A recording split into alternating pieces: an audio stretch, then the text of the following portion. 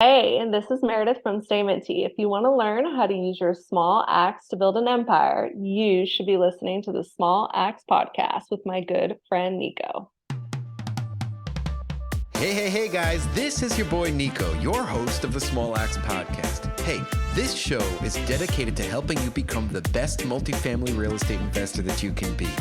Now, whether you want to be an active or a passive investor, this show will give you all the resources you need to help sharpen your axe and build your own personal empire. So you know what? Sit back and relax and enjoy this show. And hey, if you find value in it, I would love for you to subscribe, leave a 5-star rating, and write a review. I love you guys.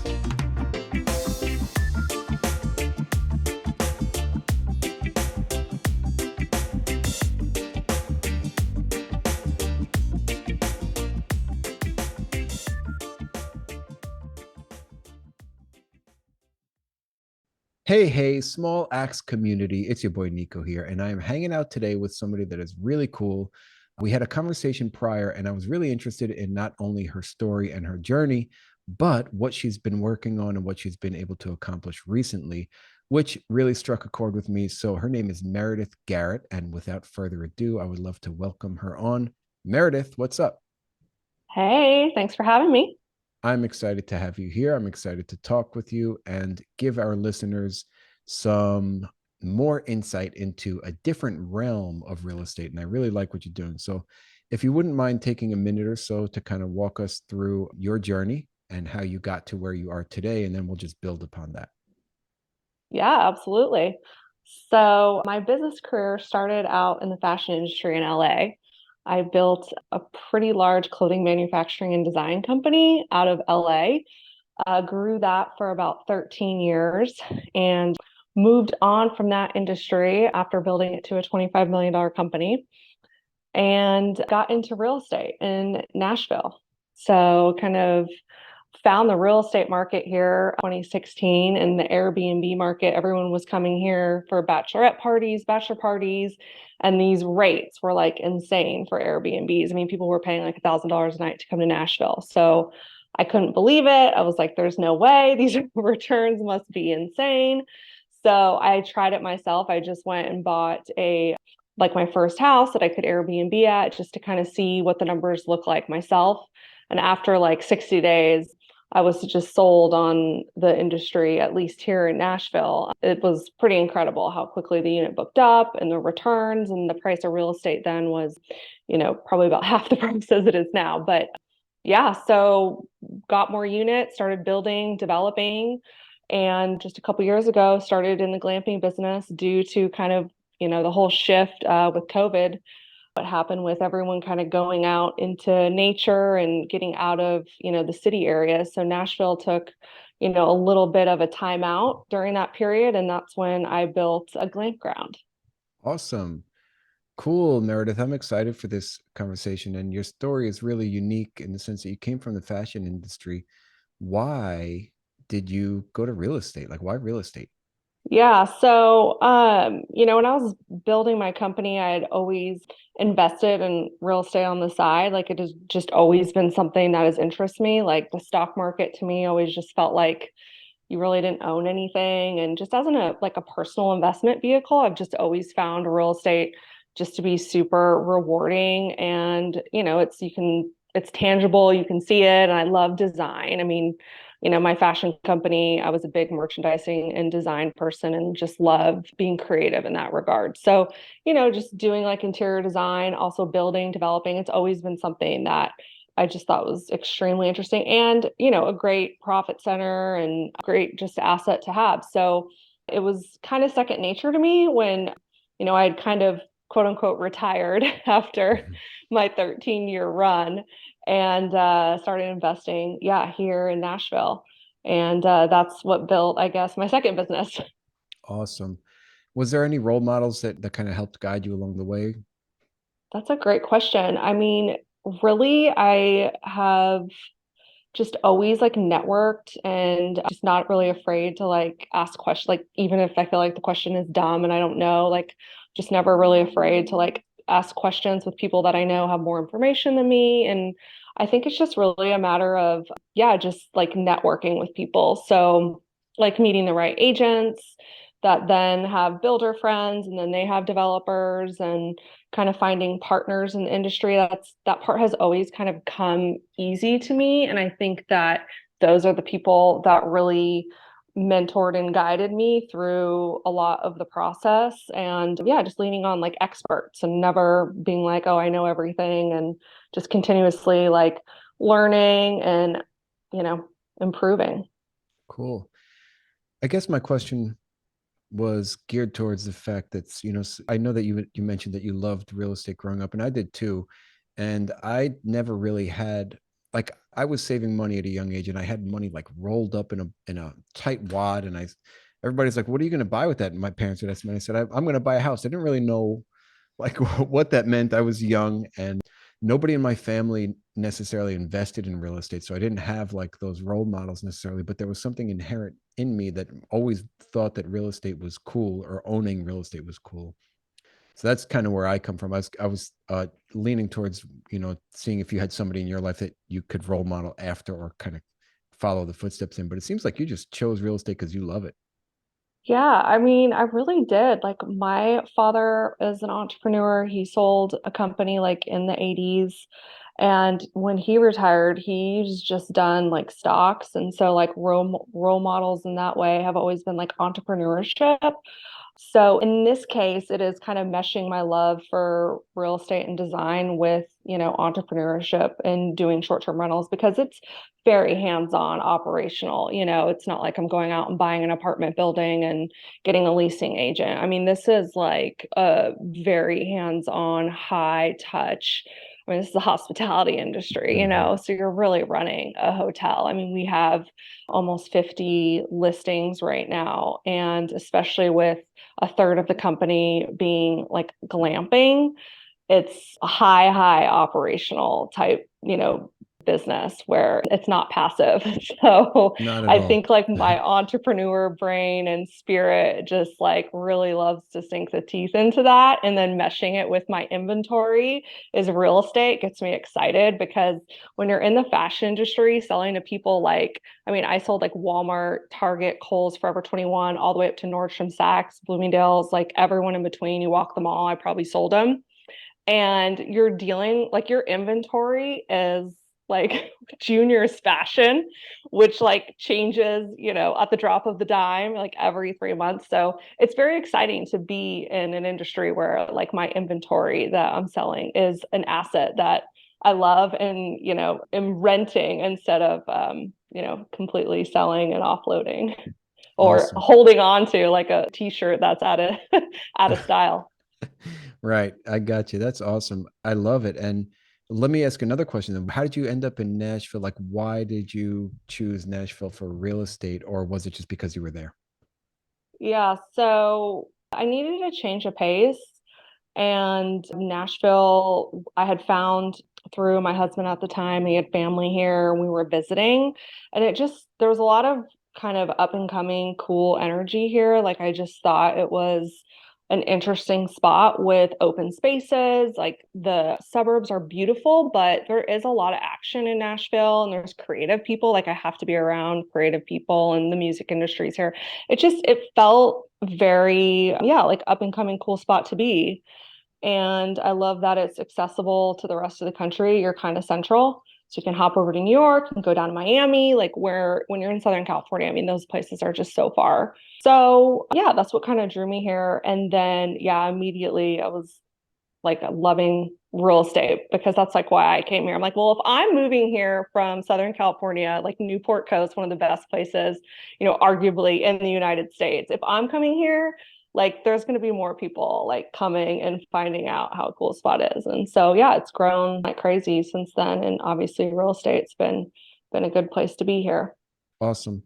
I love it. Yeah, let's talk a little bit about your first acquisition, I guess. Well, you kind of spoke a little bit about it, but run us through like what it was like getting down there, getting your feet wet, buying something and managing it on your own, essentially, right? Now all of a sudden you're in the hospitality business, right? Where you're actually doing, I want to learn more about it myself. So walk us through a little bit about, that first acquisition and then a few acquisitions, and we'll just start talking about them.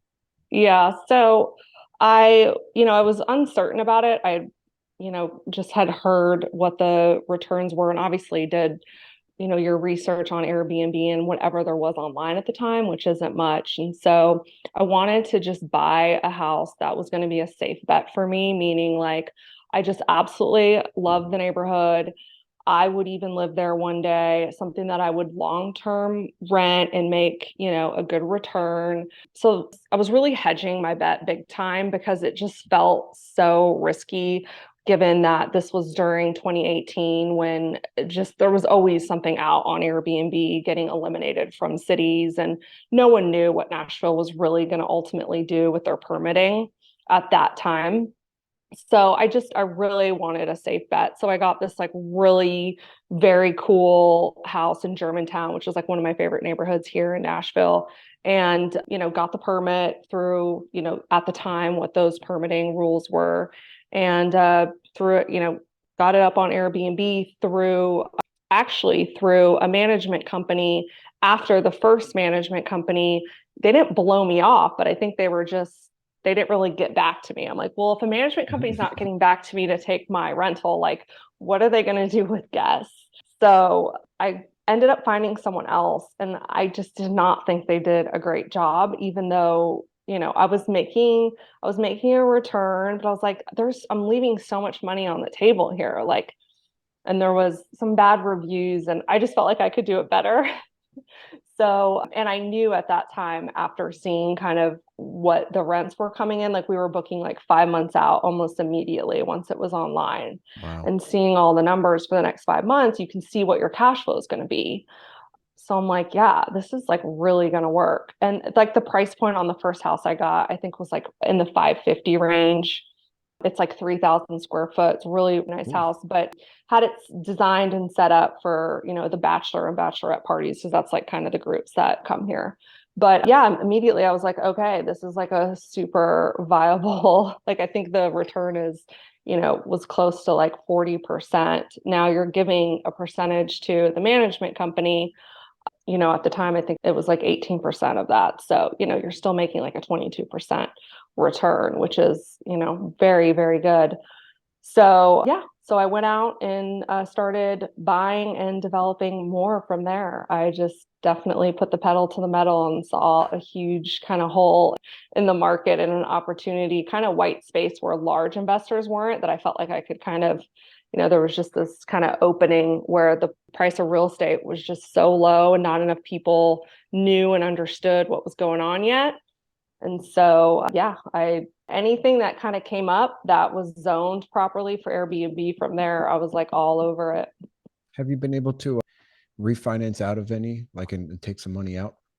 So done, yeah, so I went to East Tennessee after Nashville. So the Nashville rules changed shortly after I had bought my first one, and they grandfather people in. So my first one did get grandfathered in, but the rules changed to where you have to be on commercial dirt.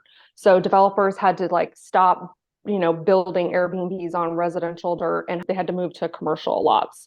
So there was like this gap where there really wasn't inventory coming because everyone had to shift.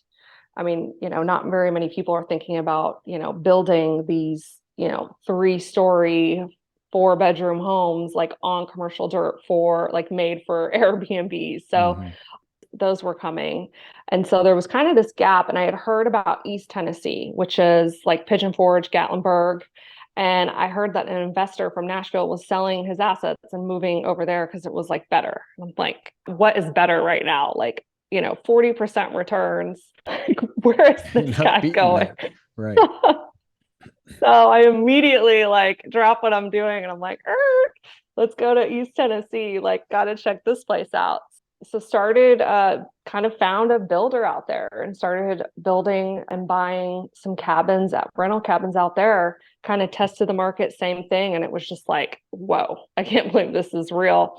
And so to answer your question, those cabins out there, those we ended up refinancing and were able to kind of pull a decent amount of money out and buy a couple more over there because it skyrocketed over there like overnight. Wow. Oh, Meredith, this is awesome. I don't know much about loans for Airbnbs. Are they similar to I guess residential, like because all the loans that I look at are like 5+ units, commercial loans. What kind of loans are there, or like what kind of terms are you seeing for Airbnb, or were seeing rather, which might be a better question. I know, because now everything's like really changing a lot. But yeah, I mean, you could even do just your regular residential kind of second home mortgages, investment home mortgages, which, obviously had the best rates and the best terms. I mean, 30-year fixed at back then, you're looking at, and we have stuff locked in at like 3%, Oof. 3.5, Epic. so I know. I That's know. awesome. And have you ever gotten any questions from banks of like, or challenges from banks for being operating as an Airbnb? Because I know that there might be some restrictions. Yeah, so it has to be coined for a regular mortgage, it has to be coined as an investment property if you're going to go straight to Airbnb and not use it as a second home. Like that's like you're just going to do that. As far as like commercial banks, I've done some commercial bank deals, especially with the stuff that I kind of built and developed and then, refinanced kind of at the end afterwards, where they're, the 5-year terms. And if they know that you're Airbnb, a lot of times it's a little bit more money down. That's what I've found happened kind of in the last, I would say, 2 years. Everyone was like, oh, wait, we should segregate, right? The regular long-term rental people from the Airbnb people. So I used to see more where the banks will do like the 15, 20% for Airbnb. Now they're like, well, if you have to disclose it's Airbnb and it's 25. So Gotcha. I've kind of heard that in the last couple of years. Okay, cool. Now you said you were doing cabins over we're in East Tennessee now. Like, did you buy land and build these cabins? And if so, how many cabins? Yeah. So the first ones, I got them from a builder. So I work with a builder and he already had the land and he had the plans. Then now I'm a partner in a development company with a contractor there. So we buy land and build cabins and we keep them in our portfolio. And then, our management company will manage them. So the stuff that we've built from scratch, obviously I did the glamp ground and then I have two cabins that we built from the ground up where we've just bought the land and I did like all the architectural plans and interior design and stuff. And then my partner is the guy, the boots on the ground, like getting everything done. And then, so we have a couple of really awesome projects in the works. We have two 11-bedroom cabins, Mm. like in the heart of Gatlinburg with these like amazing views. We have this other like 4-bedroom cabin that's halfway, it's like in framing, and that's like above over Gatlinburg. And then I have 11 treehouse community that broke ground like 3 months ago. Ah, congratulations. I want to talk about all this stuff. This is sick. Meredith, when you say cabin, like what's the difference between that and a house? Yeah, I mean, not much except for that it's cabiny, it's cozy cabin vibes. Uh, You've got lots of just textures and, warmth and cabiny feeling. I mean, and, obviously everything that we're designing, we're doing it for optimal like beds, bedrooms. We want, big families to come and everyone to have their own room. And so it's really like optimizing the space in a way different way than if you're like building something for like a family of four to live in, right? I mean, it's so different of how everything, all the space needs to be utilized because you're really building, I mean, you're building a hotel at that point, especially when you're talking about an 11-bedroom cabin. I mean, mm, that's insane. that is, that's so cool though. And is there heat, electric, water? Like, do you have to tap into do you have to get water put on the development site? Like, how does it work? Yeah, so in rural areas like that, it is just literally based on, wherever the land is at, because sometimes you'll get city water, which is like a huge score, and sometimes, you'll have to go well.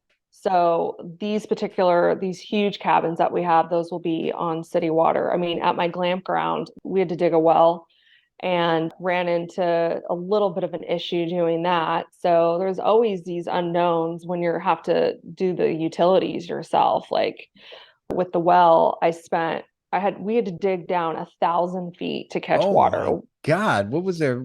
Granite underneath? What was I, it? insane. They found, it's funny you say that, they found quartz sand on my property, which apparently like is like a sign there could be gold.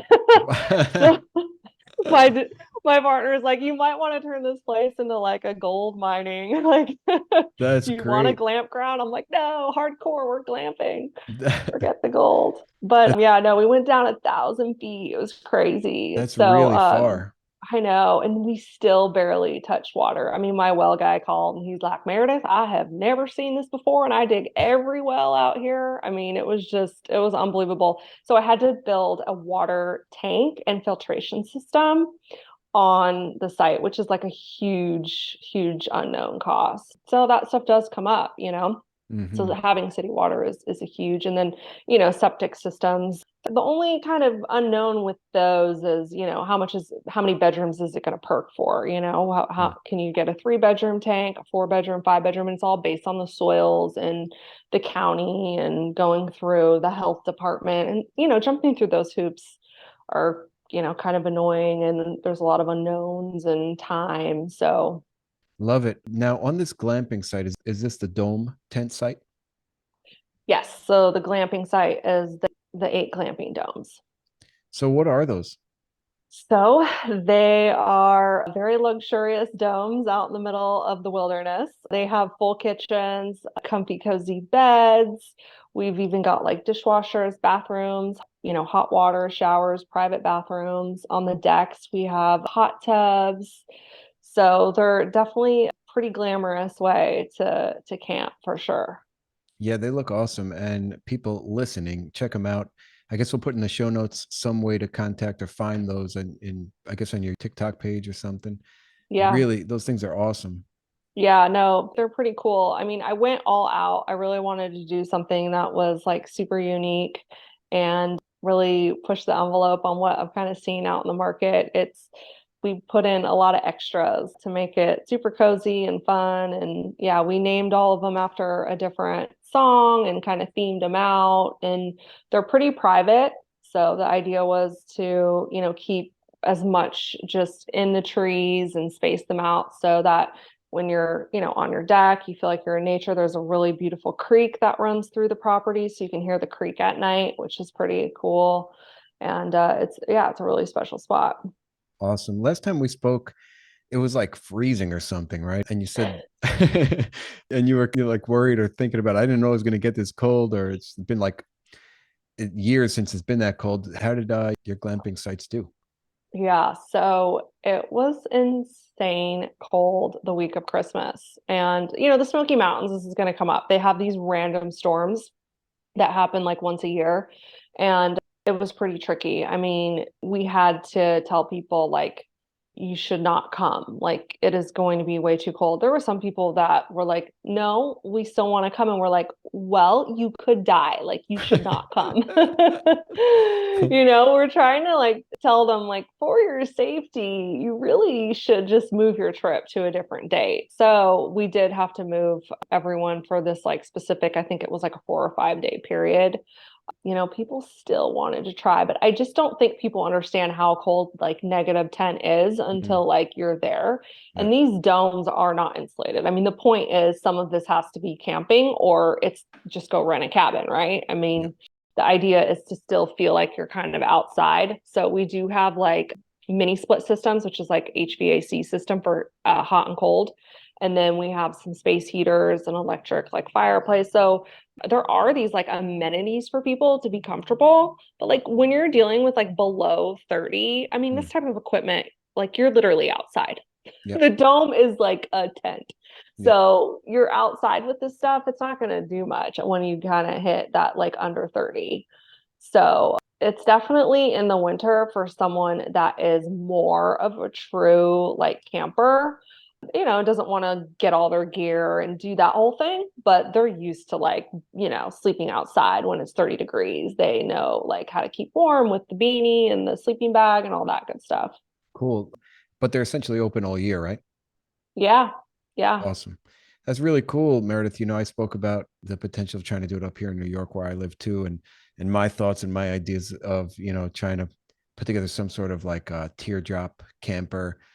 company, and then I connected with a guy who rents them out. Really cool stuff. So I actually ordered my trailer frame, which I'm going to start building soon. I'm excited to get that going. I'm going to do a trial run myself, see how it is, see if it is a viable business, and then maybe do something next year. I kind of wanted to ask you about this glamping site. Let's say from start to finish when you bought it, because I know there's like permits and stuff involved, to and when you bought it to like getting it completed. Do you know how long that process took?